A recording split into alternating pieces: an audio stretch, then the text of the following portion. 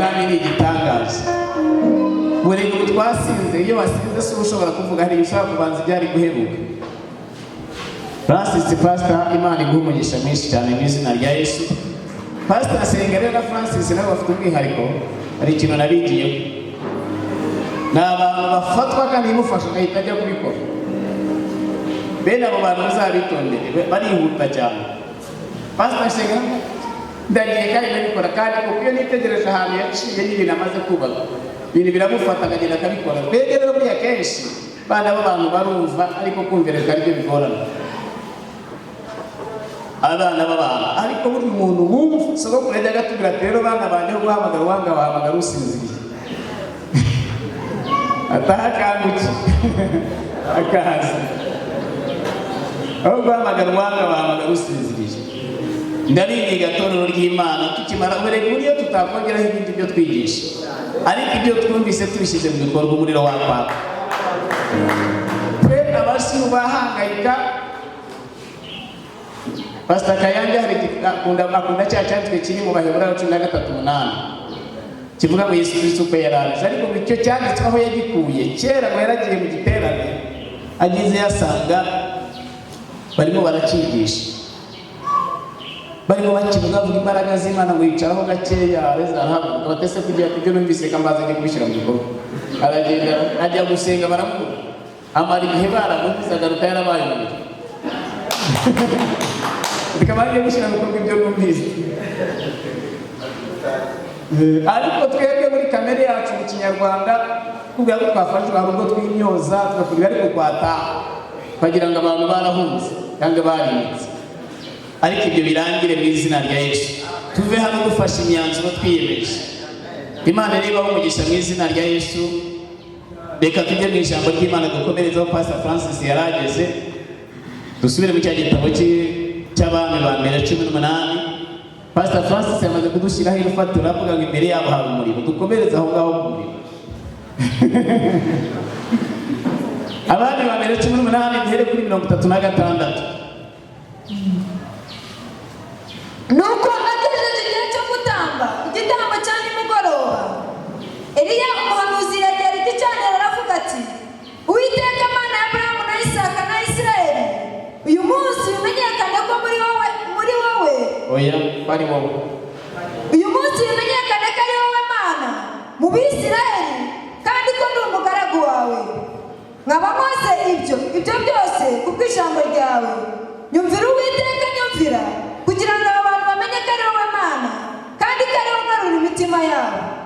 Uwo mwanya umuriro w'Uwiteka uramanuka utwika igitambo cyoswa n'inkwi n'amabuye n'umukungugu, ukamya amazi yari mu ruhavu yose.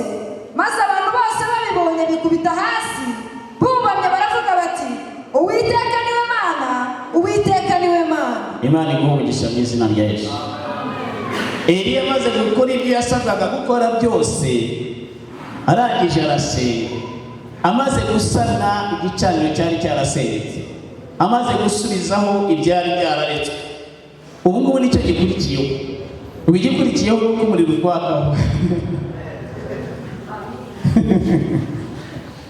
Yesu ashimwe cyane.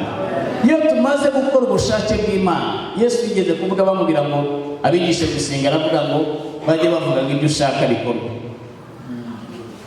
Iyo tumaze gukora ubushake bw'Imana, hari ijambo Pastor Francis yavuze rifite imbaraga nyinshi cyane, nanjye ni umwigishwa mwiza. Aravuga ngo ahera hose n'aho Imana, ngo ahanduye hose n'aho Satani. Kandi aravuga ngo iyo umaze kwihantu habaye ahera Imana ihaza kuko ari ahaye. Iyo tumaze gukora ubushake bw'Imana rero, Imana iraza. Imana ni inshuro nyinshi yiyerekana mu ishusho y'umuriro. Abasoma Bibiliya uzakurikirana hafi mu bitabo byose, Imana yagiye yerekana muri ishusho y'umuriro. Bamaze rero gukora ibyo Imana ishaka, bamaze gusana igicaniro cyasenyutse, cyangwa se dusubije gukora ibyo Imana ishaka, abasenga binjiye mu gusenga, baramya Imana bongeye kuramya, zavuga cyeye bisubiyeho, ibitaramo bisubiyeho, ivugabutumwa risubiyeho, abantu bihaniye, imitima yongeye kumenekera Imana. Icyo kintu ntabwo Imana ntabwo yihangana, iravuga ngo ntabwo nakwihanganira kutamanuka hano hantu. Amen. Eliya amaze gusana igicaniro, ako kanya yatangiye kuvuga ngo Mana nyumvira. Imana yabonaga ngira ngo yatinze. Bibiliya iravuga ngo umuriro w'Imana uramanuka. Imana ni inshuro nyinshi yerekana mu ishusho y'umuriro. Reka tugende tureba mu byanditswe byerekana ibyo mu gitabo cyo Kuva ibice 3. Imbaraga z'Imana yagiye izerekana mu buryo bw'ishusho y'umuriro. Kuva ibice 3. Imana ibonekera Mose mu gihuru cyaka umuriro. Icyo gihe Mose yaragiraga umukumbi wa Yetiro sebukwe, umutambyi w'Imidiyani. Aturukiriza umukumbi nyuma y'ubutayu, ajya ku musozi w'Imana witwa Horebu. Marayika w'Uwiteka amubonekera mu kinini cy'umuriro kiva hagati mu gihuru cy'amahwa. Arareba, abona icyo gihuru cyakamo umuriro n'icyakongoka. Mose aribwira ati, reka nambike ndebe iri shyano riguye, menye igituma igihuru kidakongoka. Uwiteka abonye yuko atambikishwa no kubireba, Imana imuhamagara iri hagati muri icyo gihuru iti, Mose, Mose. Aritaba ati, karame. Iramubwira ati, wikwegera hano kandi ukwetura inkweto mu birenge byawe, kuko aho uhagaze ari ahera. Kandi iti, ndi Imana ya so, Imana ya Aburahamu, Imana ya Isaka, Imana ya Yakobo. Mose yipfuka mu maso kuko atinye kureba Imana. Ugarukiye aho Imana iguha umugisha. Haleluya. Mose amaze imyaka 40 ari muri cya gihugu cy'Imidiyani, yarahunze Farawo, ari mu bibazo byinshi, ariko yari yaragize ishyaka ryinshi, ariko nanone ataramenya neza icyo gukora, atangira gukora ibintu mu buryo butari bwo, agifite na za kamere n'igisirikare. Ariko igihe kimwe Imana yakora kurusedi ku musozi, irangishira agatuti mu gihuru. Yesu ashimwe cyane. Imana yagiye ikora kurusedi kuri uriya musozi, agatuti kayo gashyira mu gihuru. Mose aravuga ati, habaye iki hano? Reka ntambike njye kureba. Imana ishimwe ko mwese mwatambikishijwe no kureba, mukaba muri hano. Imana ibahe umugisha mu izina rya Yesu. Na Mose nawe yaratambitse ajya kureba, agiye asanga igihuru cyaka kandi ntigikongoke. Imana ibonye ko Mose yegereye, itangira kumubwiriza ubutumwa buvuga ngo kwetura ihane. Abayisilamu aho ngaho nibo baheze icyo gituma inkweto bazisiga hariya ku muryango. Yesu ashimwe cyane. Ariko umujinya wose umuntu akawinjirana. Ariko biriya ni isezerano rishya.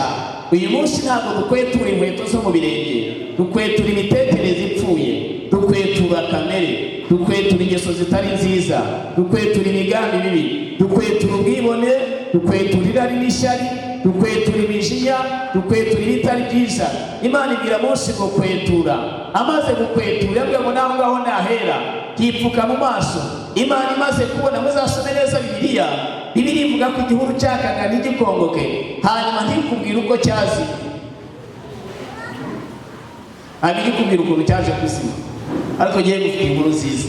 Uriya muriro wari uri mu gihuru, ariko washaka kujya muri Mose, kugira ngo namara gukwetura Imana yimuke mu gihuru yinjire muri Mose. Haleluya, haleluya. Ndaze gusomera ibyanditswe urebe yuko abakozi b'Imana ari bo miriro. Ariko iyo umuntu atarakwetura, umuriro uguma mu gihuru. Iyo amaze gukwetura wimuka mu gihuru, kaza muri we, agatangira kugenda ari ikirimi cy'umuriro. Nta cyamuhangara kuko yamaze kuba umuriro. Imana imaze kuvugana na Mose, arangije arakwetura, yikubita hasi aca bugufi. Imana iva mu gihuru ijya muri Mose. Hari igihe abantu babuze Imana igahera mu gihuru no hirya, yarabuze hirya. Ariko Imana ishime igihe kigeze ngo dukingure imitima yacu, dukore ubushake bwayo, ubwayiture muri twebwe. Iravuga ngo nzatura muri bo, nzaba Imana yabo. Mu gitabo cyo Kuva iravuga ngo bandebere ubuturo bwera nure muri bo, nitwe turema hiri muture. Mose amaze kuhatunganya, Imana irazira hajya, irangije mutuma kwa Farawo. Abasoma Bibiliya, Imana yabwiye Mose ngo ndagutuma kwa Farawo, ugende uri Imana, gende nk'Imana. Mu yandi magambo, wa muriro wamaze kuza muri we, kuko Imana ikigaragara mu ishusho y'umuriro. Mose yatungutse kwa Farawo. Farawo niyo nicyo gihugu cyari gikomeye ku isi muri icyo gihe. Ariko kuko yari atari Mose, yaragiraga akinjira no gukotaganda ntahagarara. iyo tubisoma tubona byoroshye, ariko uzi kwinjira kwa perezida ntawe umuhagaritse. Yagendaga n'Imana bose bigira, akava akagera imbere ya Farawo, akarinda agera uruhande rwa Farawo, abasirikare bose. Bibiliya ntisobanura ibintu byose, ariko hari n'abikubitaga hasi agakomeza agacapa, akagera imbere ya Farawo akavuga ati, Farawo, Imana iravuze, dekura abantu bayo bagende. Farawo ntabwo ati mufate mangabo, ahubwo ari bateye. Yesu ashimwe cyane. Igihe kirageze rero kugira ngo Imana ya Mose ariyo Mana yawe nanjye ije mu mutima wawe, ije mu bitekerezo byawe, uve hano n'ikirimi cy'umuriro, utangire kubwira Farawo ari kuri ibyo yafashe, cyangwa Satani ari kuri ibyawe yafashe. Kuko Mose yatumwe kwa Farawo, igihe cya Mose cyararangiye, iki ni igihe cyawe nanjye ngo tujye hano mu isi twake Satani ibyo yafashe. Abasore yafashe tubamwake, abagabo yafashe tubamwake, abadamu yafashe tubamwake, umutungo yafashe tubamwake. Kuko Mose yari umuntu umwe akura abantu 3,000,000 kwa Farawo. Umuntu umwe wamaze kwakamo umuriro aragenda azana 3,000,000. Ubu siko tungana twazana banganije, atari ukuririmba hano gusa, ahubwo niba umuriro umaze kutwakamo hari ibintu tugiye guhindura mu izina rya Yesu. Mose aragenda yinjira kwa Farawo ari umuriro. Reka dusome igitabo cy'Abaheburayo igice cya mbere umurongo wa 7. Abaheburayo 1:7.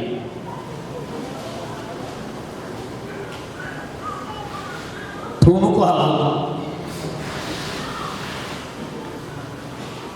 ibyo abamarayika yarabivuze iti, ihindura abamarayika bayo imiyaga n'abagaragu bayo ibahindura ibinini by'umuriro.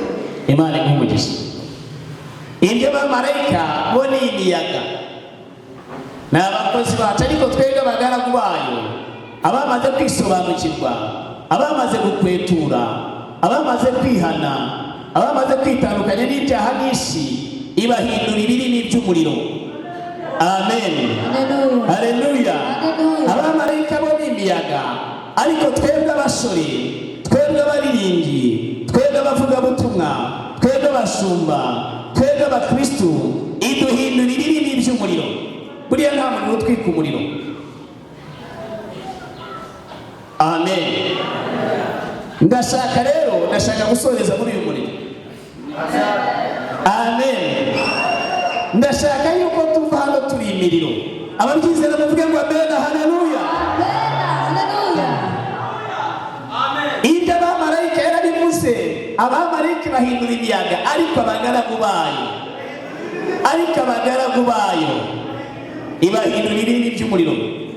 Nta kintu kijya gikinira ku muriro. Gusa wakinira ku mazi, ariko ntiwakinira ku muriro.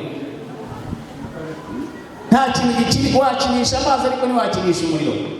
Iyo zatobotse abantu baragenda bakavoma, ariko umuriro uzakore si ukukoreho nawe. Haleluya. Wakinisha ibindi, ariko ntiwakinisha umuriro. Yesu ashimwe cyane. Kera ndi umwana nigeze kubona umuntu uhuriye ashaka gukata urutsinga agize atya, era ko aruma. Abamarayika bahindura imiyaga, ariko ba Mose bahindura imiriro, ba Eli bahindura umuriro, ba Mutishimi bahindura imiriro, ba Muruzizi bahindura imiriro, ba Joni bahindura imiriro. Haleluya. Ubu tugiye kwinjira mu mwaka wa 2023 turi imiriro. Korana ni imiriro, Emawusi ari umuriro, urukundo ari umuriro, intwarane ari umuriro, abana b'Imana ari imiriro. Haleluya. Yaba baruzi ijambo kuba umuriro, yaba baruzi guhinduka umuriro. Umunsi umwe nabwo igiterane kiramunuza, nijoro barihereza amagini araza azenguruka inzu. Bugiye gucya aravuga ngo badutumye inkuru nziza, ariko twamubuze. Abantu twari hamwe bose barabyumva, ariko se abandi baturiye he? Bari tugoswe n'ibirimi by'umuriro. Muhobera amashyi y'umwami wacu icyubahiro cyane. Yesu ashimwe cyane. Ibyo abamarayika yavuze ko ari imiyaga, ariko abagaragu bayo bahindura ibirimi by'umuriro. Turashaka kwinjira muri mu mwaka wa 2023 tutaraba abaririmbyi bakora entertainment gusa, turi abaririmbyi b'imiriro. Mugende mwiteke mushe. Yesu ashimwe cyane. Mufate imyanzuro abasomyi bakubona nabo bahangaye. Ni ukuri dukeneye abantu bahangayikisha Satani. Haleluya. Igihe kimwe Pawulo na Sila barimo bite baca mu gace naho ntabwo babizi ko ari imirimo. Barimo banyura mu gace network y'abazigivaho umugore waraguraga birukanka inyuma. Buriya network bari bayikuyeho banyuraho gusa. Barimo bigendera gusa network ivaho. None hata imitwa birukanka inyuma ariko ariyoberanya akavuga atari kabo bantu n'abantu b'Imana ukagira yagiraga ngo rebe yajijisha ntagire icyaha. Aba bantu bareba n'abantu b'Imana kandi barabwira Imana. Pawulo aramwitegereza aravuga ati ariko Daimon uvemo. Yesu ashimwe cyane. Ubu tugiye gukuraho network z'abazima ahantu hose. Insinga tuzicomokore. Insinga kandi ndababwira I'm very serious. Insinga n'inshuro nyinshi twazicomoke mureke duhinde. Rubyiruko muhagurutse muri iyi minsi. Mutere intambwe itari yo kuririmba gusa. Twebwe twabyirutse bakaba bari hamwe mu kumva mu gitondo warujimisha. Ntabwo ari kuririmba hano gusa no gushyiramo no gushyiramo igisimba, ahubwo dutere intambwe duhinduke ibirimi by'umuriro. Duhinduke ibirimi by'umuriro. Nigeze kujya nkuko ugeze hano ndasenga hariya gutonda ku rusengero nuko hari umukobwa n'umudamu nuko ataje hano yakabibabwira. Mvuye mu masengero, mvuye gusenga mu rusengero ngiye mu nzu y'ikibonye. Ndimo ninjira asanga inzoka y'incira yazingazinze gutyo umurizo ku nkingi umutwe ushyira kandi imbere yawe. Nari kuva nza kwinjira ariko ntabizi bite ka gatanga dutara tutadoba twakira amatuza kameze nk'agakiza kagashinga kaba gato ari usanga umuntu afite agakiza kameze nk'agatadoba baba batwaye kumurikire kandi kagakingiriza intoki ngo yakutakaziye none ukagira urwana no kureba hirya yawe sinzi ukuntu agize nkanumva ndasa n'uwishishe bize nkangiye kurambona umutwe uri nk'ahandi imbere yanjye ndavuga mera muri kagatadoba sina rya Yesu uzo kwirambura murizi muvanayo hari irambura incira irambura noneho mera cacama kantu ngo cicitse ntazi gikurikirana Yesu unatetse biragaruka ngira nk'imwe kubita ku mutwe yapfeka yumyega. Yesu ashimye cyane. Abagaragu bayi bahindura ibirimi by'umuriro. Vuga ngo mena haleluya. Ndashaka ko muhinduka ibirimi by'umuriro. Muba basirikare buriya basirikare n'abakunda ari bya atari abasivili nyine bari abasivili. Aba bari bakababona bari abasivili. Ariko natwe koko tureka kuba turi abasivili. Sivili ya n'ibicurane n'ibisukura n'abazimu n'umuserebanya n'icyugu n'igiceri n'ikindi cy'ugusukura umusirikare. Tugomba guhinduka ibirimi by'umuriro. Karande ziwanyu zigukinda mu mazuru no ku mutwe ibintu byose bishatse biza injangwe n'imbeba byose uraho waratinye mufate imyanzuro. Abagaragu bayi bahindura ibirimi by'umuriro mu izina rya Yesu. Amen. Nubwo uyu munsi ntabwo ari umunsi wo kwigisha, umunsi wo gusoza. Ndashaka murakare musomeye icyanditswe Imana imaze kugera muri Mose. Yagiye agahagarara imbere y'umwami nta bindi yitaye. Kavuga ati kandi niba utabyemeye ndahamagara umuriro. Niba utabyemeye ndahamagara urubura. Niba utabyemeye haleluya. Kandi yakomanda icyo akomandinze ibyanditswe byera bigasohora ngo nzaba ndi kumwe nawe. Tuzaboha mu isi n'ijuru tuzakira. Tuzabohora mu isi n'ijuru tuzakibohora. Bijya bintu bigutera ubwoba burya nibarinda. Uramutse wahindutse umuriro bijya nibarinda. Iyo umaze kwizera ibyagutera ubwoba bihinduka barinda. Yesu ashimwe cyane. Umusore wuzuye umuriro ingabo zaje zije kumufata. Umugabo witwa Elisa. Ingabo zishyira hamwe zije kumufata. Undi nawe wari uri mu kibaya witwa Gehazi aravuga ati turashize turapfuye. Aramusengera ati muhumuka. Aho mutabona bagoswe n'amafarashi n'ingabo zibiri. Elisa agenda guhura n'abaravuga ati Mana bahume. Abaza tunashaka n'abatirisa ati mumurikiye kubereka hano. Ntabwo ari hano. Abafatanira bagenera umuntu Imana yamaze guhindura ikirimi cy'umuriro. Yesu ashimwe cyane. Reka dusome Ikibazo cy'Abaheburayo 12. Murongo wa 29. Baheburayo 12:29 tumaze kubona yuko abagaragu b'Imana ibahindura imirimo. Kuko Imana yacu ari umuriro ukongora. Amen. Bibiliya ziravuga ngo Imana yacu ni umuriro ukongora, izindi zikavuga ngo Imana yacu ni nk'umuriro ukongora. Pastor mukisijya kubwira umuriro ukajya murakomeje. Imana yacu ni iki? Abagaragu bayo ni iki? Abagaragu bayo bahindura ibirimi by'umuriro kandi n'Imana nayo ni umuriro. Yesu ashimwe cyane. N'Imana yacu ari umuriro ukongora, uzafate wari wabona n'imbabura yashushe neza cyane cyangwa gaze, hari akantu kajya kegera wenda nk'agasazi kagakozaho amazuru cyangwa umuserebanya cyangwa icyugu cyangwa akanyugunyugu. Imana yacu ni umuriro ukongora. Haleluya. Koko abacwezi bakagukiniraho abasanga gabonye n'ibiki ibyo byose nitumara guhinduka imiriro ntibizongera kuvogera. Amen. Imana yacu ni iki? Umuriro ukongora. Imana yacu musubiremo mwese abari inyuma, Imana yacu ni iki?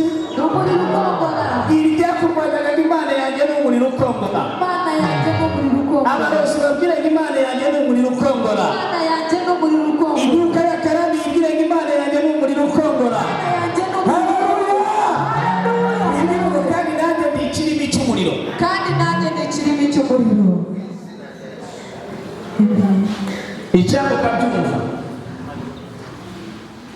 Abana banjye n'abasengera nari bamuri ibirimi by'umuriro. Hanyuma igihe kimwe Fansera ari basengera umuntu, hanyuma abadayimoni baravuga ngo twagiye kwa Pastor Nkurunziza ngo dusanga utwana twaka umuriro. Utwizira hano none murashaka kwirukana. Imana yacu ni umuriro n'abagaragu bayo ni umuriro. N'abana bo barambikeho ibiganza batureho izo mbaraga. N'umugabo wawe cyangwa umugore wawe mwatureho izo mbaraga. Ntabwo abarokore turi abantu badasanzwe nuko tutarisobanukirwa. Uramutse umenye uwo uri we, Yesu yari yisobanukiwe.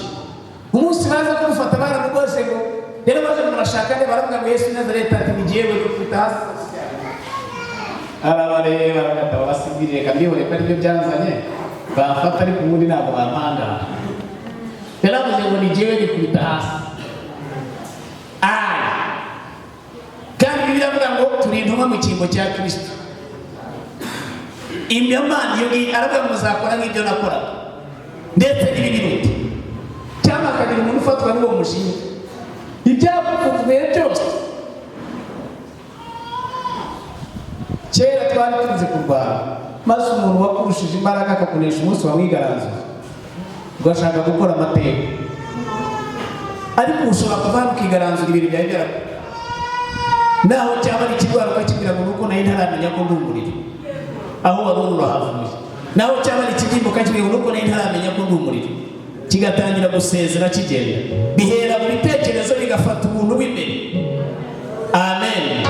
Haleluya. Abagaragu bayo ni imiriro n'Imana yacu ni umuriro. Reka turebe nanone ijambo ryayo. Tujye mu gitabo cya Yeremiya. Ibice 23.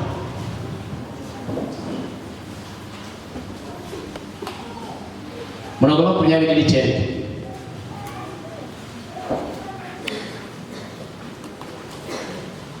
Kandi Uwiteka arabaza ati mbese ijambo ryanjye ntirimeze nk'umuriro? Bugarukiye aho ngaho. Komera Imana amashyi. Haleluya. Tumaze kubona ibintu bitatu. Imana ni umuriro, abagaragu bayo ni umuriro, ijambo ryayo ni umuriro. Yesu ashimwe cyane. Ibyo bintu bikaba muri wowe, akaba kwisaza nazo zikaza zikamusuzugura. Ubu warakaye ko mbese ijambo ryanjye rimeze nk'umuriro utwika. Amen. Niyo baba baraguhaye barakoze iki cyangwa ngo barakuzinze, hari umuriro winjira ugatwikira imigozi igacika. Niyo baba baragutabye kuzimu, hari umuriro umanuka ugatwika. N'abarya abantu mubona baza mu mago ngo baje guhanurana ibintu batabyaha bariya n'abateka mutwe. Twebwe duhamagara umuriro bigasha iyo byaba bihari. Mu mateka ya Bibiliya nta hantu Yesu yigeze ataburira ibintu. Mu mateka ya Bibiliya nta hantu intumwa zigeze zijya gutaburira ibintu mu mazu. Amen. Ariko abataza barimo abagifite ubupfumu muri bo nibo bagenda bavuga izo nkuru. Ariko dufite Imana y'umuriro n'abagaragu bayo ari umuriro n'ijambo rye yari umuriro.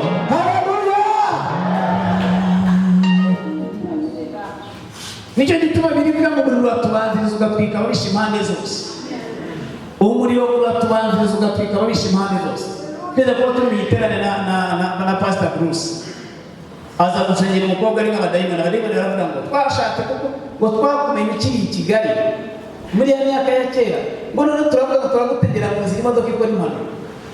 Ngo hanyuma mu nzira tuhaje n'imodoka ishize yakumurira. Tuyigendaho yakumurira ugera hano. Iyo twamaze kwambara umuriro n'imyenda twambaye yambara umuriro n'imodoka twinjiye ikambara umuriro n'intebe twicayeho ikambara umuriro tukajya tugenda turi imiriro. Haleluya, haleluya, haleluya. Moto wicaye ikambara umuriro. Imyuka iteza impanuka ikabanza ikigiraho n'abandi bakamaniraho bakanyuraho kubera kunyuze n'abandi bakanyuraho.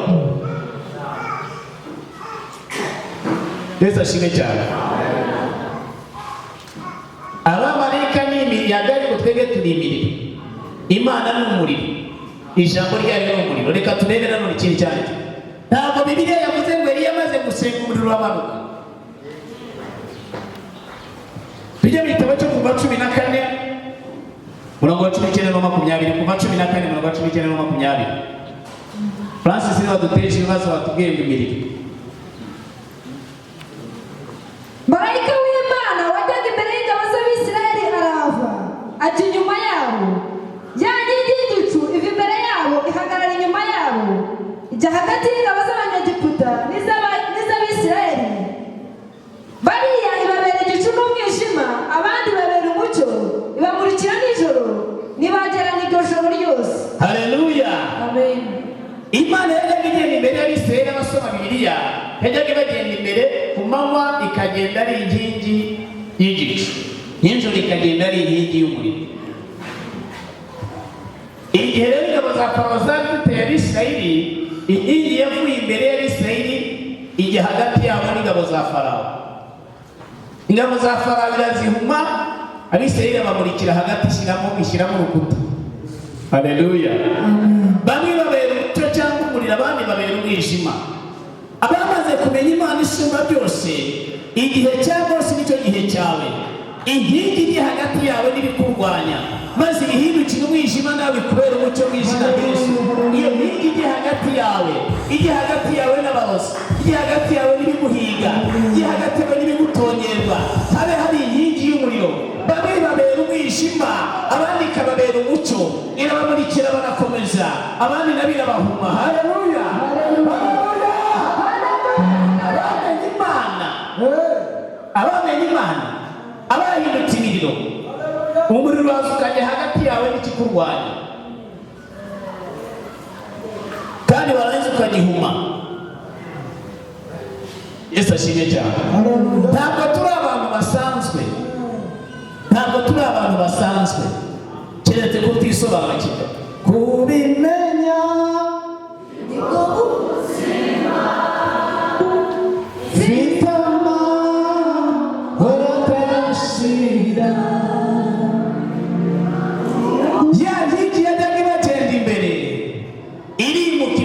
Kaze mwereka abantu basivili barindageze.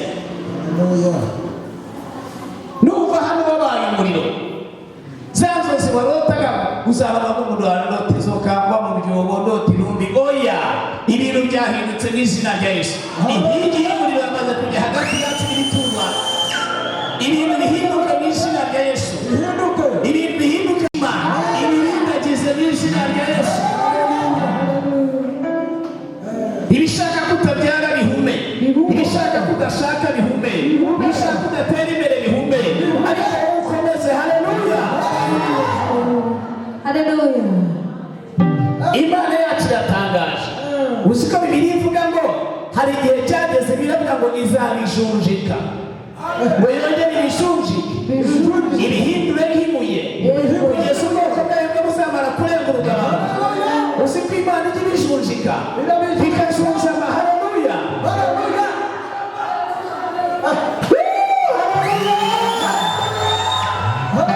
Uyu muriro winjira mu maraso, uyu muriro winjira no mu magufa, uyu muriro winjira no mu mara, uyu muriro winjira no mu nda, ugatwika ikirimo cyose kitari icy'Imana. Abisirayeli babera umucyo, abo kwa Farawo babera umwijima bahuma. Amen. Haleluya. Haleluya. Haleluya. Tuyikomera amashimani yacu isumba byose. Ndashaka abakore bafashe imyanzuro biyemeze bavuga ngo by'ubusibire ndabirangije ngomba kuba ikirimi cy'umuriro. Ndakubiza kuri umurokore bisobanukiwe uvuga ngo umuntu yagiye kubwiriza ahantu muri Kibungo w'umusenzi yuzuye imbaraga zimanagera mu gace karimo umurozi wakubitishaga abantu inkuba. Abantu bose babizi bako gace babiri uvuga ngo ati rero utava hano yambara kubitisha inkuba arase avuga ati mumunyereka hano baravuga ati nkuriye ariko bafite ubwoba bwo uyu mugabo arapfuye. Aravuga ati Yesu aramubona ati wa mugabo niba ushaka amahoro utahe cyangwa ujye kudatoya mahoro narayabonye kera ahubwo Yesu aragushaka. Umurozi aravuga ati ndaguha iminsi 3 muri bukubite. Vuga ngo tumaraseka aravuga ati rero wowe bukubite nonaha ariko nk'uko inkubi irakubita irakubita yikubita hasi ariko yaravuze ngo bukubite nonaha ariko nk'uko irakubita yikubita hasi. Hashize akanya rero ukarica aravuga ati wabibonye ati aturakizwa cyangwa atoya ateganye n'intige aragenda rimwe. Hari Imana y'umuriro. Haleluya.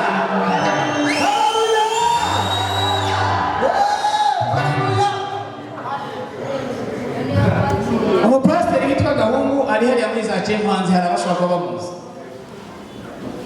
Yagiye impaka n'umurozi aravuga ngo ndagukubitisha inkuba kandi kuko yajya yikubitisha abantu. Undi aravuga atoya ntagiye yantwara ahubwo ngewe icyo mubwiye ndaguha ibintu bibiri gukizwa cyangwa kwimuka inaha sinzigere numva naho utuje simenya hariho. Mbese ukimuka nk'ahantu urabizi Uganda ni nini kuko umuntu yakwimuka hano akarenga nk'icyangugu agaturamo muri Kongo uzaha bibiri uhitemo kimwe gukizwa cyangwa guturaho ntazigera amenya kuri ku isi. Ndati baratandukana. Umugabo ageze mu rugo abwira umugore ati nakoze intambara rero tujye mu masengesho.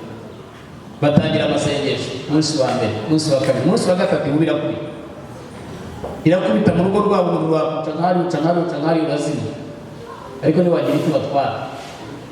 Inkuru rero iragenda igera kuri mukuru wa Gahungu ari mukuru niba ari w'ikike w'umukoroneri uvuga ati umurozi yakutishije Gahungu y'ubu batavuga abira basigaye ati tugende.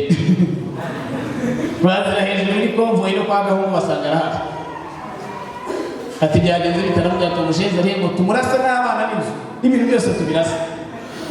Undi ati n'umurase atari ko kurusha tugeye. Baragenda bagere baratunguka na Gahungu n'abasirikare.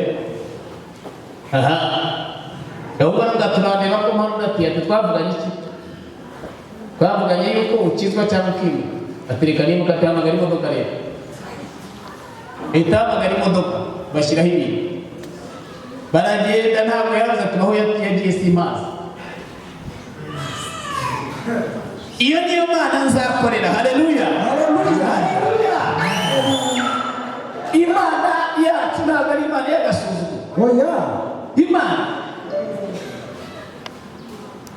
Yesu ashimwe cyane. Haleluya. Imana yacu ni umuriro ukongora. Abagaragu bawe ni ibirimi by'umuriro. Ijambo ryayo ni umuriro. Reka gusoma ikintu cyanditswe mu kanya dusenge dusoze. Imana yamwishyura ibaho umugisha mwinshi cyane katiko mashyi Imana isumba byose. Abisirayeli ibabera umucyo abandi n'abahuma. Iyo bamaze kugenda nayo neza hari indirindagiza hanyuma weka kubera umucyo. Reka gike bitabo cy'abana ba kabiri gice cya mbere murongo wa 8. Baramusubiza bati ni umugabo w'umuyaga nyinshi kandi yarakenyeje umushubi w'uruhu. Umwami aravuga ati ngo ni Eliya w'itushubi. Umwami aherako amutuma umutware utwara ingabo 50 ari kumwe n'ingabo ze. Arazamuka amusanga yari yicaye mu mpinga y'umusozi, aramubwira ati yewe muntu w'Imana, umwami aradutumye ngo manuka umwitabe. Eliya asubiza umutware w'ingabo 50 ati ndi umuntu w'Imana. Niba ndi umuntu w'Imana, umuriro nuve mu ijuru gutwikane n'ingabo zawe uko ari 50. Ako kanya umuriro uva mu ijuru umutwikana n'ingabo ze 50. Reka dukomere Imana amashyi menshi cyane. Haleluya. Umugabo wari warisobanukiwe amateka ya Eliya. Rero muri Bibiliya ntabwo habamo se cyangwa kuko yaje simbuze, ariko bagiye kubona arahari. Eliya w'Itishbi ari mu buzima n'imbaraga zayo. Mwe mu bahanuzi bakomeye bazwi, wahagarariye abahanuzi wiyeretse, waje kwiyereka Yesu azanye na Mose. Amen. Umunsi umwe umwami amwibeshaho, umutumaho ingabo. Icyo yari abari bapfuye n'iki? Umwami wa Isirayeli yari ajya kuraguza. Nawe baza hirya abantu yari yarahanutse kubera kugomera Imana yamushyize n'ikinyafantu ukamwitaje ikubita hasi aravunika. Bari iminsi aryamye ku gisasiro, hanyuma atuma abantu bajye kuraguza Belizebuli, ikigirwamana cya Ekuroni. Nka kwa bari batubwira se musure muzapfa cyangwa nzakira. Nimugende mubaze yuko azava kuri kino gisasiro. Barimo bagenda eko mana abasivili bararaguza pe. Ariko urajya ngo ko mudasenga ntaraguza, uriya se yari umwana wa Isirayeli. Utabaye ikirimi cy'umuriro, umuntu araza akakubwira ati vuba ujye kukwereka ujye kwibariza. Uvuye kuziko ujye kukwereka ujye kwibariza. Ariko wabaza ijuru ko rifite ibisubizo byinshi cyane. Ijuru ryacu ko ari umuriro ukongora. Haleluya. Eliya abonye barimo bamanuka ari ku musozi, yari amaze iminsi ku musozi, arimo avuga ati Imana nawe uhwanye nawe, uri Imana yera ikiranuka y'imbaraga nyinshi, kwica imigambi yica kora udasohoza inama zazo. Ari nashenga abona bajya kuraguza, mwiyereka Imana iramwitire bariya basivili imanuka mu hubu. Araza aravuga ati murajya niki gituma mujya kuraguza Belizebuli ikigirwamana cya Ekuroni. Ntama ni Misiri musubire kubwira uwo mwana, musubire kubwira ngo ntabwo uzakira uzapfa. Musubire vuba. Uriya mugabo yari uriya musore wamana amukora mu ntoki gusa, ibintu bye byose yagendanaga n'umuriro. Aravuga ati musubire mumubwire ngo ntabwo uzapfa, aho ngaho uzapfa. Wabwira kandi n'umwami, kandi ababwira n'ingabo ze. Bagiye bamufata ako kanya bamushyira kiriya barataha bajya kubwira umwami ibyo Eliya yabatumye. Urakinisha umuntu w'umuriro, wambaye umuriro ntabwo avogerwa. Baraza bavuga ati aratubwemereye kuzapfa. Yikoramo kandi ugari hasi araryamye. Mujye kumufatira kandi ugararyamye. Abazimu bamubereye nabi, yagomeye Imana. Atuma ingabo 50. Iyo byumvise mu mvugo wumva byari byoroheje, ariko ingabo 50 ntabwo zizanwa n'ubusa. Icyo atatumye umwe, icyo atatumye babiri. Ingabo 50 n'umuyobozi wazo. Niho kuvuga ati mumuzana ari muzima cyangwa yapfuye, ariko mumuzana. Baraza baramuzenguruka. Umwe araza aramubwira ariko umuntu w'Imana we, mbese n'abamunini, umuntu w'Imana we, mwami rero dutumye ngo mwita. Undi aravuga ati biraho byivugiye rero, uze ko ni umuntu w'Imana kanze mbikwereke neza, jewe n'Imana turi umuriro. Aravuga ati umuriro nuturuke mu ijuru. Haleluya. Aravuga ati uyu munsi wakinnye n'ikipe utazi, waje gukina n'ikipe utazi, urakina n'umuriro kandi umuntu arakora ku muriro agashya. Aravuga ati umuriro nuturuke mu ijuru gutwike n'ingabo zawe. Barokore n'iki gituma abazimu bagusuzuma. Ibyo bintu birarangiye mu izina rya Yesu. Ibyo bintu birarangiye mu izina rya Yesu. Izo ngabo zagusuzuma turazisukaho umuriro. Niba ari amakindu yamanuyeho umuriro, niba ari amatweso yamanuyeho umuriro, niba ari amahembe yamanuyeho umuriro, niba ari indimi y'ingeso yamanuyeho umuriro,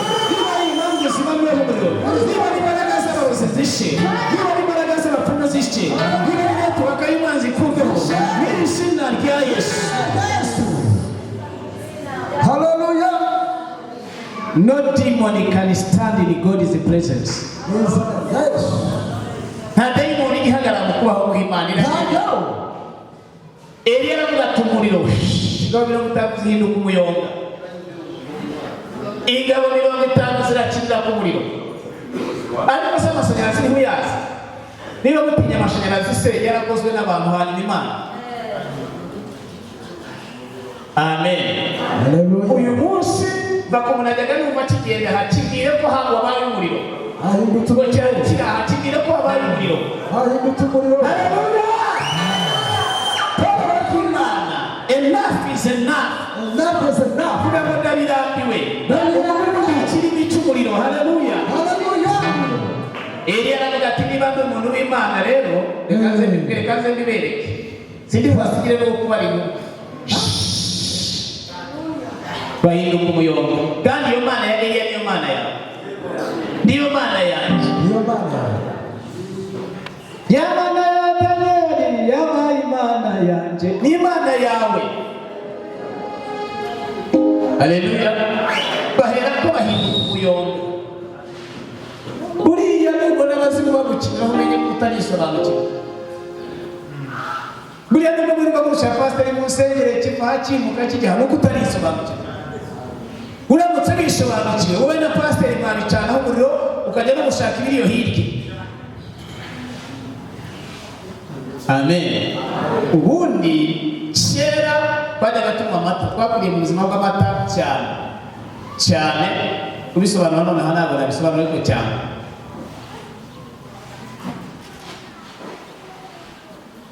Ariko amata arasindisha ku buryo wiyenza ku kintu icyo ari cyo cyose. N'igiti n'ibuye n'ibintu byose bashaka kurwana nabyo. Ikimasa wahura nacyo ukagifata kubita hasi. Ibyo babwira no kubera bamwe ntabwo babizi. Ariko niba ari cyane gitende isindi inzoga ntabisindisha, inzoga isindisha umuntu anikubita hasi. Nta mbaraga bafite. Amata n'urukuta ushaka gukirana nabo.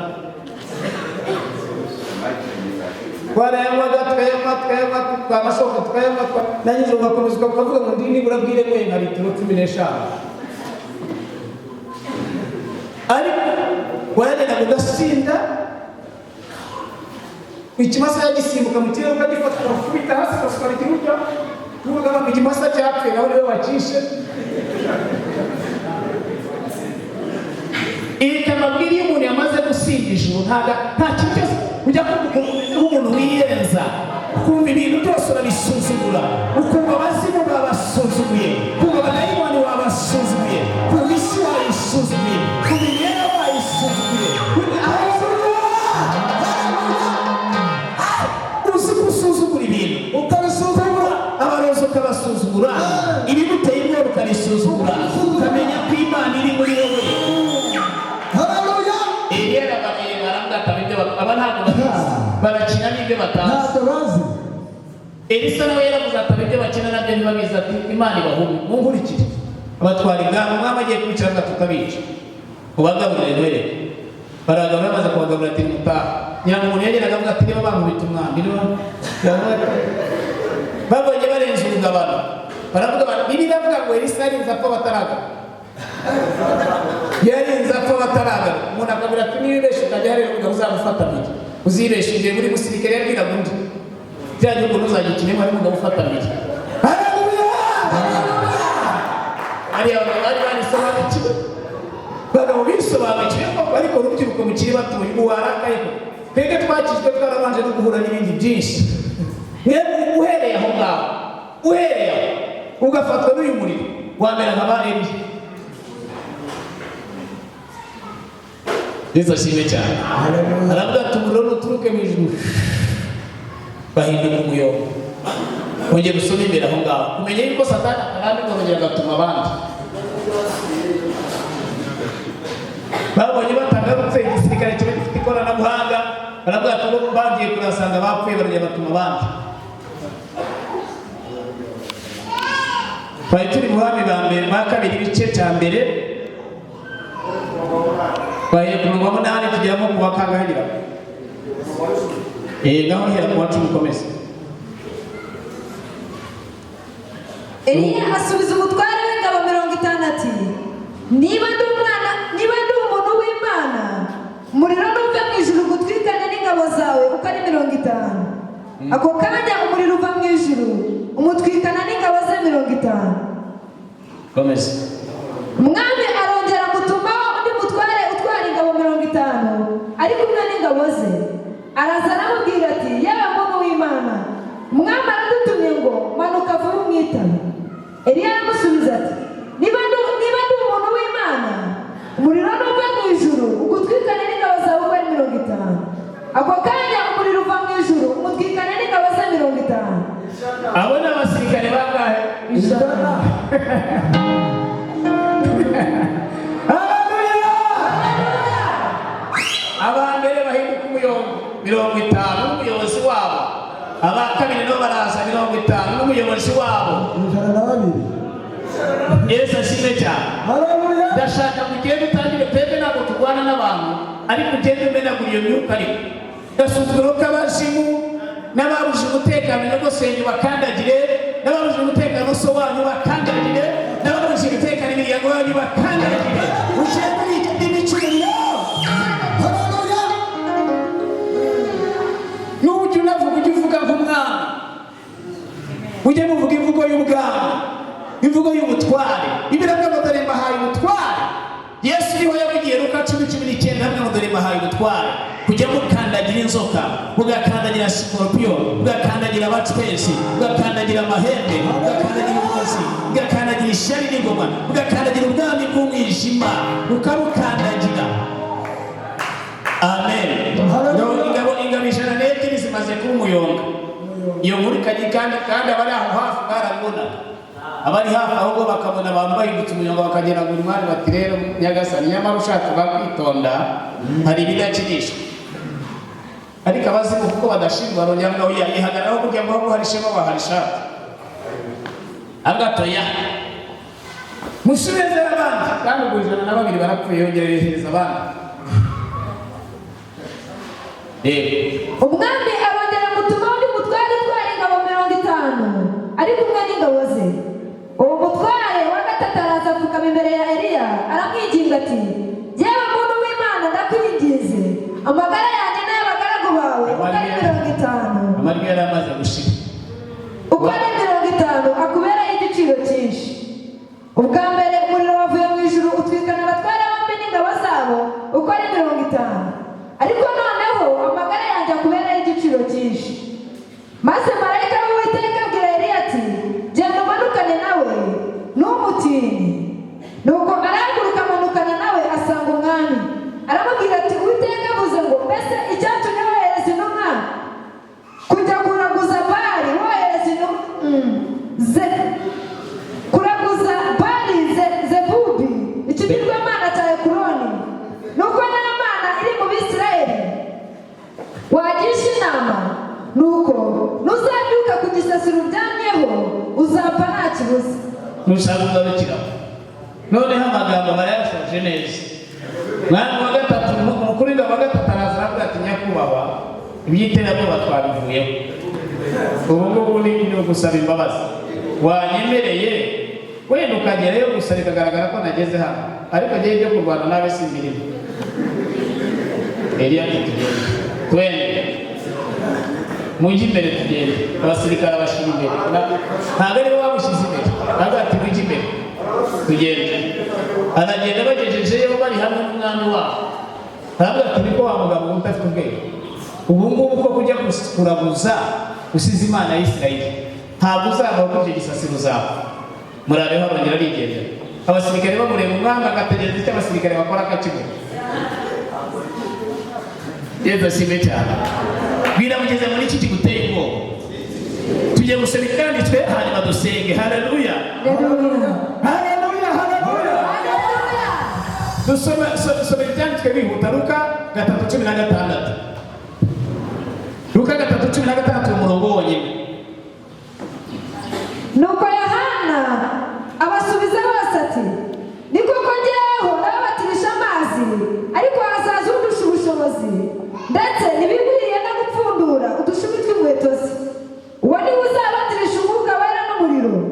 Imana igumugisha. Yohana nawe arahanura nuko Yoweli yahanuye. Yoweli yari yarahanuye hanyuma na Yohana arahanura. Navuga ati rero njyewe nubwo mureba babatirisha amazi ariko inyuma yanjye hari umugabo udasanzwe ukorana n'umuriro.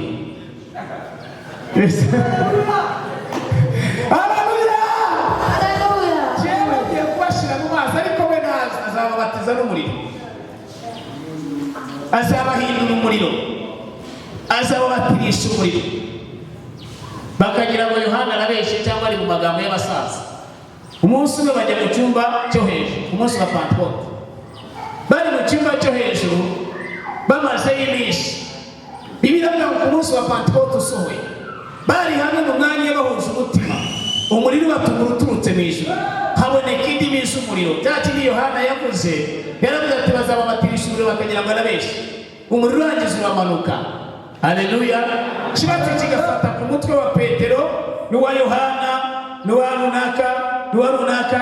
Kibatsi cy'umuriro gihagaze ku mutwe w'umukozi w'Imana. Umuriro waragenda ukagera no mu birenge, kwanyura mu maraso no mu magufwa n'imiciro n'ishokoro. Urabanza ugatwika imitekerereze ipfuye, utwika imiterere ya Petero yatumaga yihakana Yesu, utwika umujinya n'ubwibone bwose, utwika kamere zose uratwika.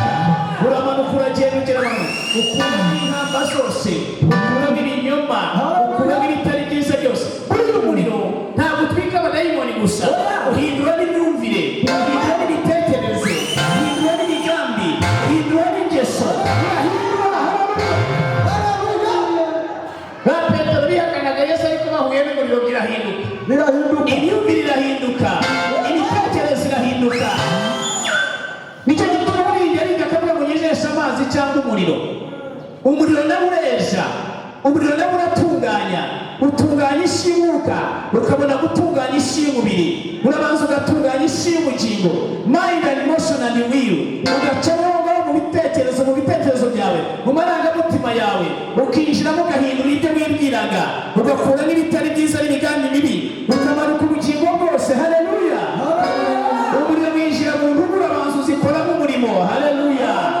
Haleluya. Icyambu gahura n'uwo muriro, icyambu gahura n'uwo muriro, icyambu bandika kubatiza n'uwo muriro. Izina rya Yesu. Haleluya. Imaze kubashyiramo uwo muriro, uriya muriro banza ugahindura ingeso, ugahindura imvugo, ugahindura imitekerereze. Abahuye n'umuriro ntabwo bameze nk'abandi bantu. Abahuye n'umuriro ntibatinya umuriro, abahuye n'umuriro ntibatinya inzoka, abahuye n'umuriro ntibatinya injangwe, abahuye n'umuriro ntibatinya ibikeri, abahuye n'umuriro ntibatinya abarozi, abahuye n'umuriro ntibatinya abapfumu, ahubwo bahinduka ibirimi by'umuriro. Imbere yabo haba hari umuriro. Haleluya. Igihe kimwe rero ndimo kuvuga umuriro, Imana ishaka kumpa ikimenyetso nayo nabi yose mu nzozi. Ndimo kuvuga umuriro, ndimo kwigisha mvuga ku muriro.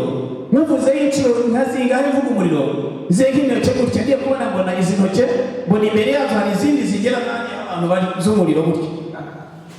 Noneho umugabo urimo usemurira, ndimo kwiza mu Kinyarwanda bavuga mu Kinyankore, bindukiye murebye gutya aragenda yikubita nk'ahariye, amera gutya. Noneho pasiteri we arazaza kumusemurira ariko yanga kunyegera, hagara nk'ahariya mu nshonga, aguma hariya akajya asemurira. Haleluya. Abayi bahindura ibirimi by'umuriro. Imana yacu ni umuriro, ijambo ryayo ni umuriro, abagaragu bayo ni umuriro, iteraniro ni umuriro, umwuka wera waje ni umuriro. Umunsi wa Pentekote yamanutse umuriro, abatwezi ntabwo bawuhagarara imbere, ni umuriro. Amakini ntiyawuhagarara imbere, ni umuriro. Impamvu ntiziguhagarara imbere, uwo muriro ni utwika kansa, uwo muriro ni utwika diyabete, uwo muriro ni utwika sinezite, uwo muriro ni utwika asima, uwo muriro ni winjira mu mutima, uwo muriro ni ukiza umwijima, uwo muriro ubabohora, nta na kimwe udashoboye, uratwika. Haleluya. Uwo muriro ni utuma ibibyimba birigita, uwo muriro ni utuma indwara zikira, uwo muriro ni utuma ingumba zibyara, uwo muriro winjiye mu maraso yawe, uwo muriro mu magufa yawe, uwo muriro winjiye mu mubiri wawe, uwo muriro wo ku mutwe wawe, uwo muriro uhindura imitekerereze yawe, uwo muriro utwika ibyakurwanyaga. Imana yacu ni umuriro utwika. Haleluya.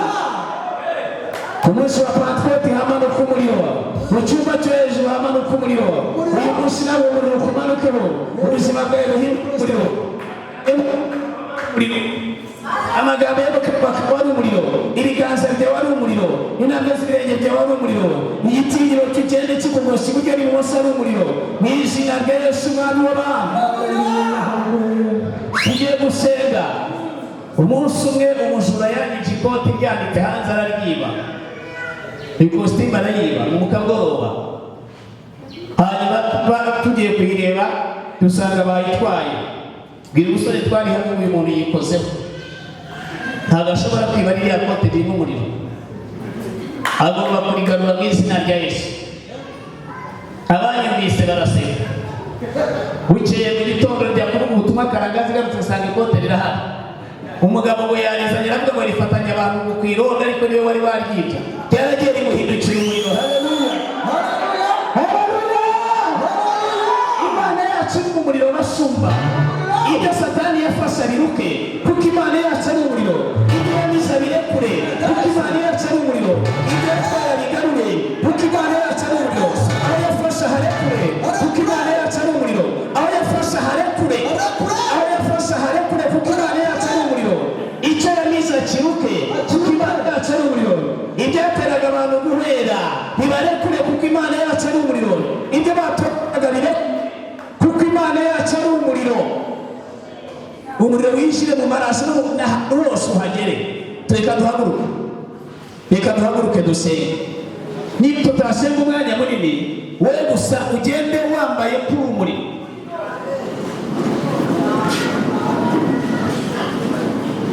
ugende ufite uwo mushinya w'umuriro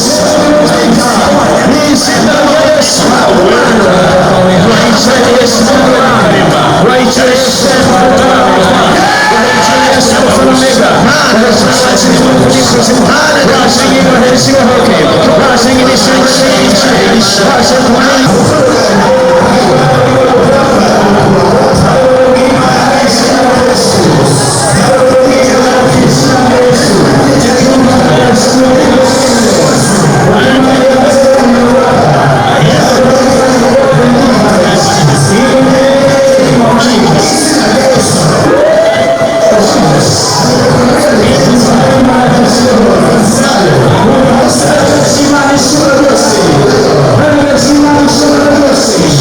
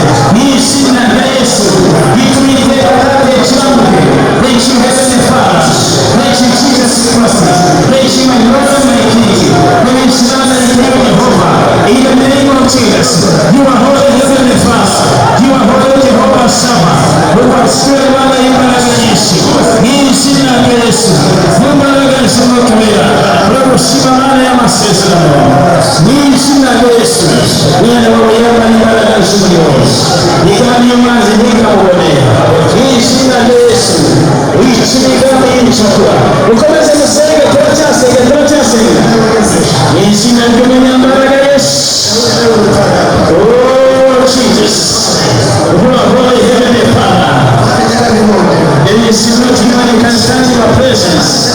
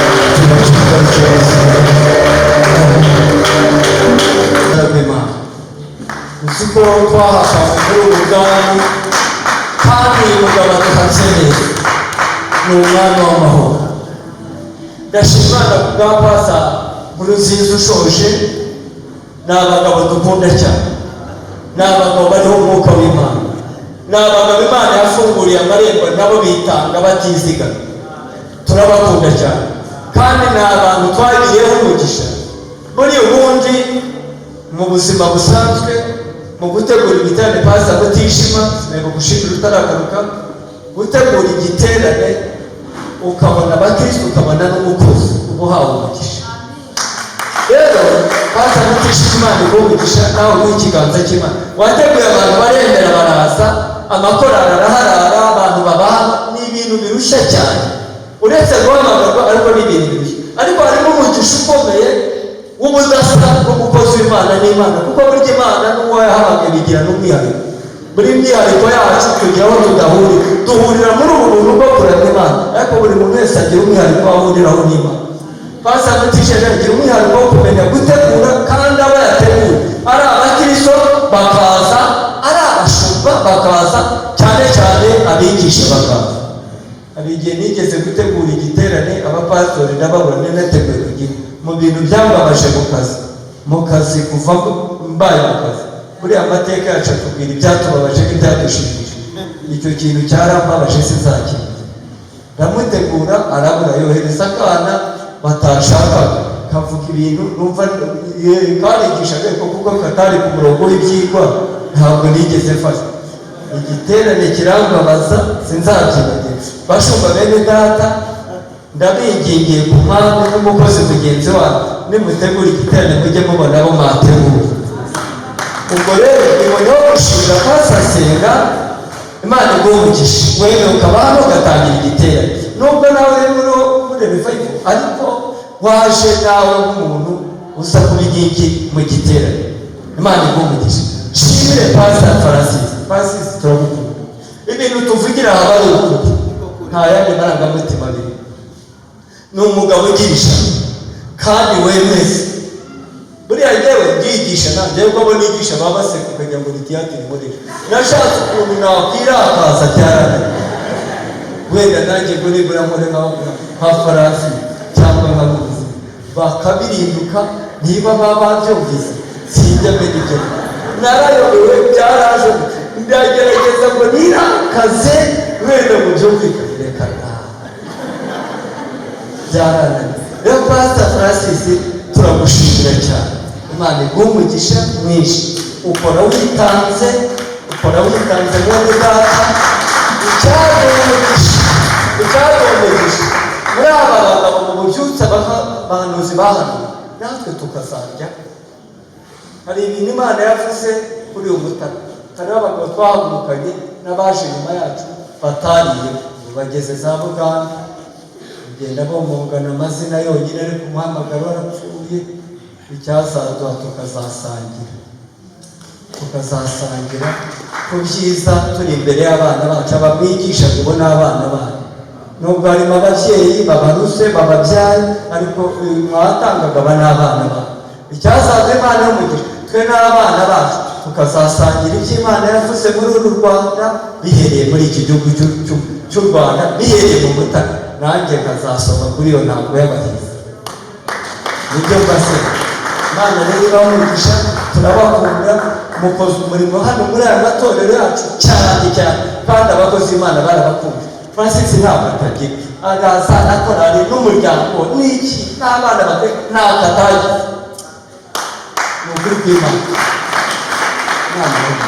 Rero nabashimiraga kuko sinabaye arabyabye n'ababwiye ejo sibisuda, ntabwo nabaye ariko atari ukubyaka banarikanze nagonganishije ibintu umuntu agenda akora ntashyira ibintu ku murongo neza.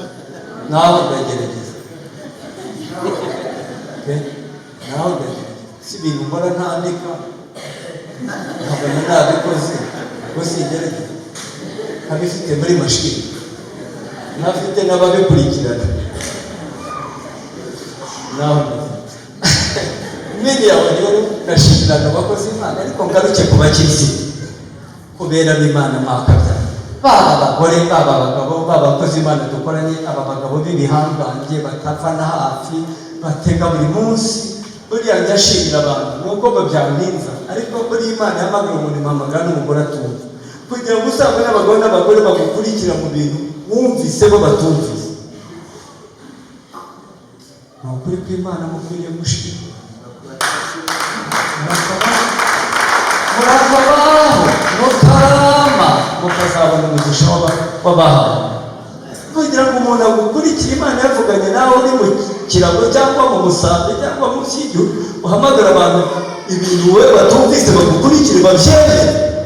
Aba bahungu ni abahanga, bariya bose babizwe neza zose, bariya bose dushyize muri bimwe byitwa amashuri ni ibimeni kugira ngo bite parasamatije ahamagara nta mafaranga yabahaye. Mwemere mutege, mwemere muba Imana nkorera y'imbaraga twabonye. Erega ubu twebwe tugeze mu bihe byo kuvuga ibyo twabonye, ntimukatubaze ibindi. Ibaho umugisha, amafaranga mwategesheje, igiterane mwashyigikiye, intebe mwicaye mukumva mukadushyigikira, burya umutwara aberwa n'ingabo. Umutwara utagira ingabo ni impehe, ni ikizungu. Twaragirwa n'ingabo, amavuta ashyigikirwa n'ingabo zirimo abagabo n'abagore. Amavuta yacu mushyigikiye, Imana dukorere. Turi abanyamugisha rero umuhaye twabusaba kumvika. Imana dukorere ntizabibagirwe. Abafite imyenda ibakureho, abafite imanza nazi zikureho, ntizabibagirwe. Abagore bene babaka mutumye ijwi ryacu rivuga amavuta yacu agakora, Imana ntizabibagirwe. Bifurije umugisha, bifurije umwaka mushya muhire w'amahoro. Nande umugisha ndongeraho ikintu rero kimwe, nanjye burya mba mu kazi singira ibindi mba. Burya Imana nikoresha amahanga ikoresha bene, mba mu kazi. Uririrwa kubona murase mwana yiwe mba mu kazi, ariko nkunda abarokore baratuburaniye batwira ubwo baradukomeza kurebe dukomeye. Abarokore ni abandi, ni Imana n'abarokore. Rero ndasoza avuga ngo ndabizi mwashyigikiye igiterane, ndabizi mufite ibintu byinshi mwakoze, ndabizi hari ibintu byinshi mwakoze, ariko mumbabarire. Burya umuntu ushaka kuzagira umugisha, umubyeyi mwiza ni uwoza akana amashereka kakahumuza. Ubwo nibwo umugore yongera kunywa agakoma agahindura. Umuntu wose umwana akamuhumuza akamuretesha, abagore ubwo barabyumva. Niba unywa agakoma akongera agahindura, ariko iyo unyoye agakoma atahumuje ibi bibazo genda wibyigiraho. Noneho umuntu utamwitura agahumuzaho niho Imana igiye kubona aho yabashyira, kuko ntabwo mirwanira ku yindi. Buri gihugu cyose kugira ngo kibone umutwaro undi aba adahari, buri mufuka kugira ngo ujyemo amafaranga andi ntaba ahari, buri kigega ngo gihunikemo amasaka mba yashizemo, icyasi kugira ngo bakamere neza nimugoroba zivumeye andi aba yahumuje mu cyaro. Ntimugakunde rero imirara yo mu mifuka, maze munzanire ituro hano niyerekereza abana uko muribona ko amashyi y'umugoroba udasa. Ntari najya kure, nari navuga ibintu byinshi. Reka nakire madamu atambuke azi nawe tumuha akanya. Twabuje twakira abantu adahari, yagize akazi kenshi kaba ko mu rugo ndetse n'inshingano zindi, ariko ni umwe mu bagize uruhare cyane iterane kibe, yaba ari mu bujyanama, yaba ari gusigarirwa, yaba ari ubundi bufasha bwose bushoboka. Reka nawe tumuha akanya agira ijambo rigufi ariko Imana imugisha. Yesu abaha umugisha, reka mbasuhuze mu izina rya Yesu. Ndumva mwafasha tugaha Imana amashyi cyane tukayishimira. Ongera Imana amashyi cyane. Niba ufite amaboko yose yakoreshe Imana icyubahiro ishimire.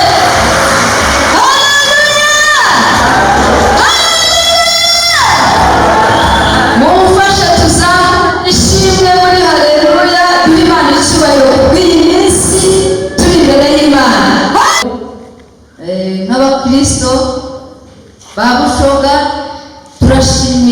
abantu mwese baje mu giterane.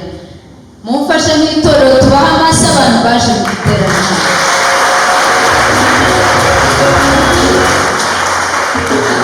Mwarakoze ko twabahaye ubutumire mukaza, referandi wacu yabivuze. Mu by'ukuri nta kindi kintu, ntabwo mwari muje gufata ibintu hano babateguriye bindi bifatika, ariko mu isi y'umwuka mwafashe ikintu kidasanzwe kizabageza no kuri ibyo byose mwifuza. Haleluya! Ububyutse mutware icyo mwaje kwakira kizabyara n'ibindi byose mukeneye. Imana rero ibahe umugisha kandi bagirire neza. Turashimira abakozi b'Imana, abatumirwa bacu, turavuga ngo Imana ibahe umugisha n'ukuri. Reverandi yabivuze, ariko nk'umubyeyi w'itorero, n'uruhare rw'itorero, cyangwa se mu izina ry'itorero ry'abakristo, natwe turabashimiye nk'abatumirwa bacu twatumiye.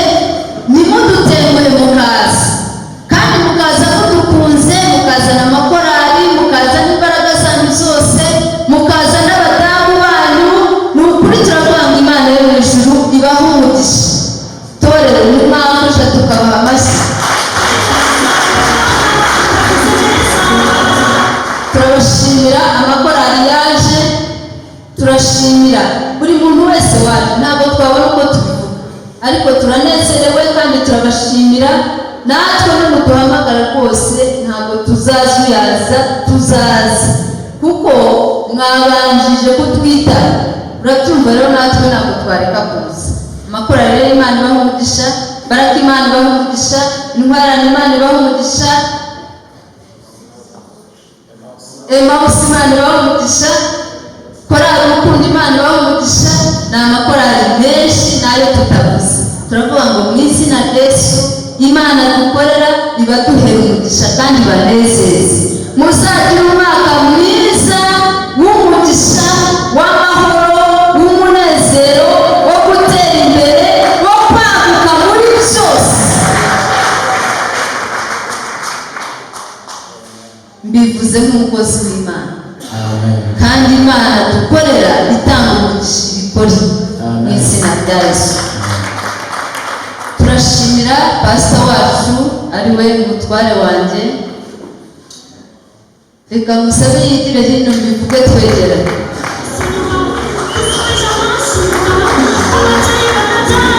Imana imuhe umugisha. Iyi foto murabona atari nziza? Imana imuhe umugisha cyane, mukundira ko ategura neza, arabizi. Mwamutunze ibiganza mukamusabira. Imana imuhe umugisha. Mu by'ukuri ategura neza, kandi abantu bari butange umusaruro. Ntabwo ajya yibeshya mu gutegura, ategura neza, kandi icyo yateguye avuga ati ndashaka iki kigerwaho. Yesu ashimwe cyane. Ntabwo ategura ngo asigare avuga ngo ariko ubumane yanjye ngo bimbereye gutya. Sinzi ukuntu Imana ijya ibikora. Rero ndavuga ngo Imana imuhe umugisha. Turi kumwe, kandi Imana izadushoboza gukora byinshi no kurushaho. Hanyuma rero murabona ko ikoranabuhanga riri hano. Reka tubabwire aho muzajya musanga izi nyigisho, n'abatari bahari mubabwire nabo binjire mu giterane. Iki giterane rero ntabwo bigarukiye aha utabona bafata amashusho ukavuga uti ni bya bindi bafotora byarangiye. Oya, iki giterane ushaka gukomeza kuba mu bubyutse wagisanga kuri YouTube channel yitwa Gucungurwa by Pastor Kabanyana cyangwa se Vanessa. Ayo masomo yose ariho twarayohereje, mugende mubwire n'abana bajye mu giterane. Yesu ashimwe cyane. Abari ku rubuga rwa Rwanda Christian Revival, buri munsi uko isomo risohotse turishyiraho. Mugende rero mukomeze mwumve ububyutse, mukomeze mubyuke, mukora ibintu bidasanzwe. Imana rero ibahe umugisha, twabashimiraga kandi turabakunda. Ikindi gihe tuzakomeza tubane, Imana ibagirire neza. Tarahira umusore w'intwari.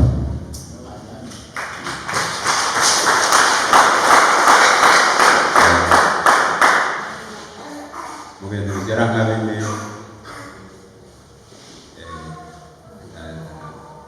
namukundiye gusaba Imana kugira ngo twubakane. Ndashaka azafata amaboko mu muhamagaro Imana yarashyize ku buzima bwanjye. Ntabwo ari bimwe muri bine bivuga icyo cyonyine. Ndamushimira rero ko Imana irimo kugenda imushoboza umuhamagaro mugari Imana yashyize ku buzima bwanjye gukorera Imana, ko arimo gufata amaboko dutegura. Yarambwiye atari gutegura ibintu bigari bigasa n'ibirangira mushoka kandi bikwiye kugera hirya no hino. Turashaka ko ibintu ukora bitazajya biba amateka ngo birangire, ubwo nkagushyigikira uvuga ko tubirangira mushoka rikagira n'ahandi. Niwe rero washyizemo imbaraga kugira ngo ikoranabuhanga rishobore gukorwa n'abantu bashobora gukurikirana izi nyigisho z'abakozi bamaze kurangira aha, mu rwego rwo gufata amaboko umuhamagaro ugiye kurangira. Umuhumera amashyi mushimire Imana y'umugisha. Iyo niba umwe n'umuhamagaro ku buzima bwe urafashe kumufasha. Rero ndagushimira imbere yanyu, yatwanaga akaza abashyitsi baraha bitoroshye, yava mu kazi akinjira mu muryango, ariko umutima w'amaguru Pastor Farisima y'umugisha. Tuzakomeza gufatanya kandi Imana yaduha tuzakora n'ibindi bikomeye. Ndagushimiye mu rwego rwo gufata amaboko mu ivugabutumwa kugira ngo ubutumwa bugirwa bugere hirya no hino. Turagukunda cyane mu isezerano kandi Imana izabashyigikira. Genda wiyicarire ko Imana irimo gusoza ubuzima. Hari abantu nshaka turi bubonane kubwiyerekwa rigari ry'umurimo, kandi Imana kuzabakoresha izindi imbaraga mu rundi rwego imyaka y'umugisha. Mwarakoze cyane bahamagarira kwitaba Imana y'umugisha. Pastor Imana y'umugisha bateguranye inshuti gutangana, bafatanyije byinshi. Imana y'umugisha, Pastor Imana y'umugisha, abayobozi b'itorero basengera mu giterane Muzee Damascene arikuganisha n'itorero ryose. Imana y'umugisha. Igihe by'umwihariko nzabashimira ejo mwakoze ibintu bikomeye cyane. Nibwo bwa mbere wakira igiterane cyaza abantu bangana gutya, ari uruhare rw'itorero, nta yindi nayo ubundi yose ari mwebwe twese kwakira igiterane cyabaye byonyine, ariko twari twifashishije na Baraka n'itorero rya Gatenga hafi byari mirongo itatu ku ijana nk'itorero ryabo. Twebwe byari ikibuga cyacu n'ibikoresho gusa, ariko itorero Imana y'umugisha, inshuti zacu mbese Imana y'umugisha. Abagabo nk'uko Mose yabivugaga mwarakoze kwitaba mukaza, turabibashimiye cyane. Amakorali itorero ryose muri rusange turabashimiye, turabifuriza gusoza umwaka neza kandi umwaka uri imbere ukaza ububyutse twakiriye ukazabakorera uko Pastor Farisima amaze kubivuga. Ibyo njyewe ngira amagambo wenda menshi iyo twicaranye tukaganira. Turabashimiye mu ijambo rigufi, tutavuze izina rya buri muntu. Dushimira abacuranzi bacu Rubini Kigali, byari byoroshye kurangirana, ariko urabikora. Imana y'umugisha. Itsinda ry'abadiyakoni riyobowe na Muhire hepfo ryari rifite ishami rikorana mu rusengero, rigakurikirana abari hariya, ishami ryakurikiranaga bari mu mudugudu. Mwese turabashimiye, nubwo ejo nzabisubiramo. Imana nziza ibahe umugisha. Turashimira abantu bafashe ubutunzi bwabo tugaherekeza abakozi b'Imana. Tubakomeze tubashimire. turashimira abandi bantu batanze amafaranga yabo tugafatanya ivugabutumwa bakomeza kongera ibikoresho mu nzu y'Imana bakajya gukora umurimo w'Imana. Namwe bagize amashyi bakomera amashyi menshi cyane. Soze turabasaba imbabazi batwakiriye, bamwe mwabaga mu mago mukaryama neza, mukareba igihe, mukarya ibyo mushaka, mu by'ukuri uko mwaryamye mutubabarire, ubushobozi niko bwari bumeze kandi twabaryamishije kwisha, nk'uko mwatwitabye nimujya guhamagara Imana ijya ibitaba, nk'uko mwatwitabye mukaza muri benshi gusezera bakajya babahagera muri 400, namwe nimutegura mugahamagara abantu bajye babitaba. Inda yose rero gutanga y'Uwiteka Imana yatumye kuri uyu musozi. Imana ibahungisha myinshi, muze kugira igitaramo cyiza bakigiyemo, uzasoza umwaka neza ejo, amahoro y'Imana azabane namwe, uzagere kure kandi Imana izabashoboze gushyira ijambo ry'Imana mu bikorwa mwabibona. Turasoza tuvuga ngo turabakunda.